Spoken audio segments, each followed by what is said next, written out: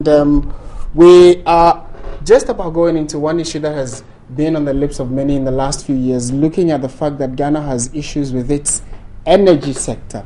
But today we are going to zero in specifically on the Energy Commission, what their role is, what they've done in the last few years, and then also what are the alternative sources of energy that as a country we can look at or depend on, and how available or readily available are there those other sources of energy in this country. So we have the inspector in charge of electricity and renewable energy with the Energy Commission joining us this morning for this discussion. Good morning, Prosper Ahmed Amukwando.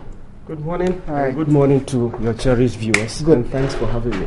Well, first of all, we want to just let you remind us what the role of the Energy Commission is, and then we can go into the discussion of renewable energy, and then also how we as a country can conserve energy. There may be other sources of renewable energy if there are some available in Ghana. Thank you very much. The Energy Commission was established by the Energy Commissions Act, and that act mandated the Energy Commission to be the technical regulator of the electricity sector and the natural gas sector. Okay. By way of regulation, we set the technical standards for the utilities in the energy sector, specifically ECG, the Northern Electricity Distribution Company that operates within the northern part of the country, and then Enclave Power Authority, which is a private distribution company. Okay. We also regulate the Ghana Grid Company Limited and all the other electricity generation companies. So far as it falls under electricity, it's in your pay. Exactly. But exactly. Wouldn't there be a conflict of interest somewhat with the PURC, since they are also regulators? PURC is the economic regulator, so they handle issues of tariffs. Okay, so that doesn't come into your pay. That doesn't come. We are technical regulators. And so, since your existence, have you been able to achieve the set out mandate? And if so, what are some of the achievements you can tell us about? Yes, the Energy Commission has been able to chalk a number of successes, even though we still don't pride ourselves so much on those successes because we believe more can be done. For instance, the Energy Commission spearheaded the passage of the Ghana Renewable Energy Act, which was passed into law in 2011. And since the passage of the Act, in fact, which mandates the Energy Commission to also regulate the renewable energy sector, as well as lead the promotion of renewable energy activity that would lead to an increased uptake of renewable energy systems in our energy mix. And since the passage of that Act, the Energy Commission has been busily developing regulations, because our mandate is to regulate the renewable energy sector. So we have developed regulations for the renewable energy sector for a number of technologies like small-scale renewable energy systems for solar and then wind, waste to energy. We have also carried out a lot of projects. And if you look at the Renewable Energy Act, it makes provision for net metering scheme. Okay. And we have carried out projects in that area. And let me just explain this to you and then the viewers, what net metering is all about. Net metering scheme is a scheme where prosumers, I call them prosumers because they are consumers of electricity, and so far as they have renewable energy system at home, they will also be producers. So this scheme is crafted in such a way that prosumers of renewable energy or prosumers of electricity who have renewable energy systems at home, after they have satisfied their household demands with the electricity they generate from the renewable energy system, they can pump the excess into the distribution grid, so that at the end of the month, their electricity bill will be based on the difference between what they pumped into the system and what they took. So at the end of the month or at the end of the year, this scheme will serve as a cost reduction mechanism for the consumer. This is something that we have done so well. And also, we have been regulating the renewable energy sector since the passage of the Act. And regulation is so important because If the sector is not regulated, you can have any Tom, Dick, and Harry who are not qualified carrying out activities, and in the end, Ghanaians will not be satisfied. Would want to first of all understand what renewable energy is. If you say renewable energy, what do you mean? Renewable energy, as the word renewable entails, is any source of energy that does not deplete or that replenish itself over time. Examples of sources of renewable energy are the sun, the wind, water, hydro. That's hydro, and then waste. But currently hydro is depleting. That's a good point.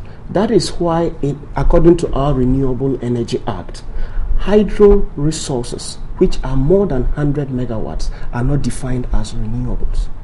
But anything below 100 megawatts is defined as renewable. Okay, so now we have come to understand what renewable energy or the sources of renewable energy is. Do we have them enough in the country that we can tap and use? Exactly. In fact, further to the definition of renewables energy or the sources, we have systems that are used to harness the power of these sources into productive use like electricity and heating. And to your next question, of course Ghana is blessed with so much sunshine. We are also inundated, which is also a blessing in disguise, with waste. And these are sources of renewable energy. We also have some amount of wind along our coast. I am very much aware that renewable sources of energy and the processes of using them from the raw state into the final product which we use in our homes is quite expensive and very capital intensive. Is that a position you share? And if so, do you think as a country we could harness that much resource to go and start these or focus on renewable energy? I partly share that position because because that statement is not entirely complete. Okay. Because it is expensive in the short term. In fact, the expensiveness of it is in the initial cost. But in the long term, over the lifespan of the renewable energy system like solar power plant or solar PV plant, which is between 20 to 25 years, I wouldn't say renewable energy is very expensive. And this is the reason. If you are able to bear, apart from the initial cost, if you do the cost-benefit analysis over the lifespan of a solar PV system, for instance, you realize that the payback period for that system is 5 years. And the trick is, as the tariffs we pay for conventional sources of power increase, the payback period for systems like solar PV drop. The second thing is, if you look at the international market, every day the price of solar systems drop. But we in this part of the country have not been able to feel the drop because people will have to import these systems using dollars. And if you have challenges with your CD, as you know, it depreciates or it fluctuates, you will need more CDs to purchase a system, which is not expensive on the international market. For instance, if the system drops from $25 to $10 and your CD depreciates further, then you would need more CDs to purchase it. So we need to do a detailed cost-benefit analysis of these systems. And then as Ghanaians, we change our attitude from thinking short-term and then think long-term. I am quite interested, and I'm sure a lot of Ghanaians would also be very interested in the fact that we can generate electricity from waste. Exactly. Because we are engulfed, we actually literally sleep and walk waste. How can that be done? And is the Energy Commission working towards that? The Energy Commission has been promoting this since the passage of the Renewable Energy Act. In fact, before the passage of the Renewable Energy Act, apart from promoting it, we have led by example. We have a biogas digester at our commission, which converts fecal matter or human waste into useful gas, at least if we are not even making use of the gas, but we don't spend money in taking care of our waste. So we have been promoting that and leading by example. The Energy Commission too has been promoting the conversion of waste into electricity, in fact, what we've been inundated with in the Ghanaian public. And this has huge benefits, and the prospects are high. Why do I say this? Number one, if you are able to convert our waste into electricity, you'll be solving dual benefits. You'll be solving a sanitation issue or problem. You will be solving an energy problem. And thirdly, you'll be solving an employment challenge. And the Ministry of Local Government, and in fact the general public, have high appetite for converting our waste into electricity. The second thing is... So why is it not on a commercial basis? I mean, by now, since the commission was enforced or was established, since then till now, has there been anything in the public space to say that because of the fact that there are benefits with waste, or benefits we can generate from waste, this and this and this is what we've done, and that these communities are benefiting from electricity from the waste they produce?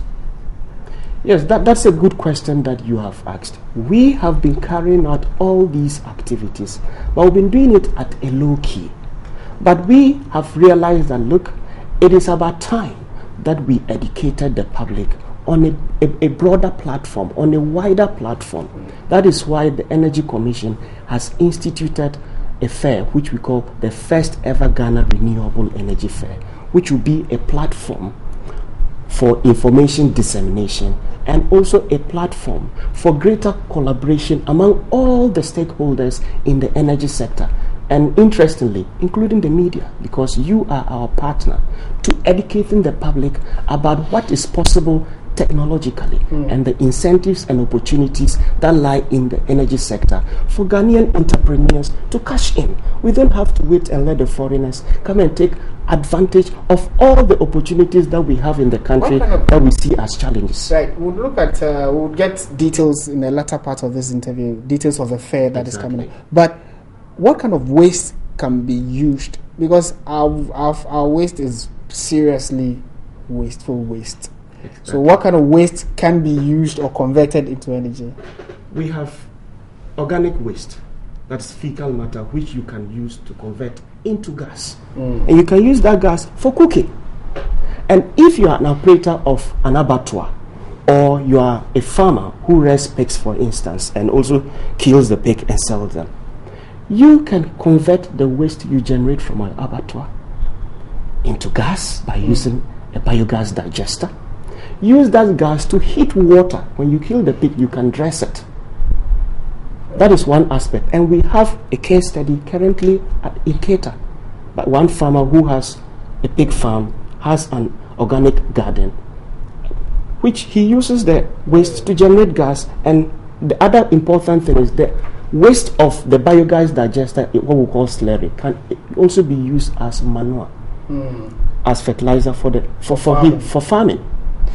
That's one thing. The other one is inorganic waste. You can use that to generate electricity directly, even though you can also use the gas to generate electricity, but you need to have it in larger quantities. But the kind of waste we have in the country that we are inundated with are mostly, a mixture of organic and inorganic waste. You can use that to generate electricity, but there's a challenge. The challenge is that before you can easily convert that into electricity, you need to segregate the waste into the various components. As you will agree with me, our waste at the point of collection are integrated. They are not segregated. So if we will be able, at least this can be championed, it's already championed by the Ministry of Environment, Science and Technology, for us to segregate our waste at the point of collection. So when we heap them, we'll make it easy to convert it to power.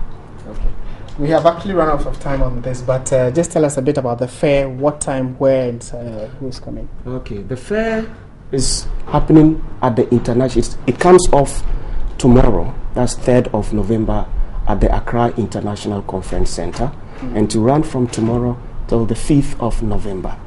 And this fair is organized by the Energy Commission with the support of the Ministry of Power and with the kind support of the UNDP, VRA, ECRI, and Wilkins Engineering, which is a renewable energy service provider in the country. And we are excited that our local entrepreneurs are having so much interest. And also TV3, whom we are inviting not only to come and cover the fair, but to come and actively take part in the fair, to understand how you as a media house, you can reap the full benefits of renewable energy in this country. And in the end, Ghana will be a country without Dumsor because of the complementation of renewables energy. Oh, yes, that's a call I would greatly endorse. Ghana without Dumsor. Exactly. And of course, we have over-relied on hydropower, and it's about time we looked at other alternative sources of energy. Thank you very much for having this discussion with us. We've been speaking with Prosper Ahmed Amukwando. He is the Inspector in charge of electricity and renewable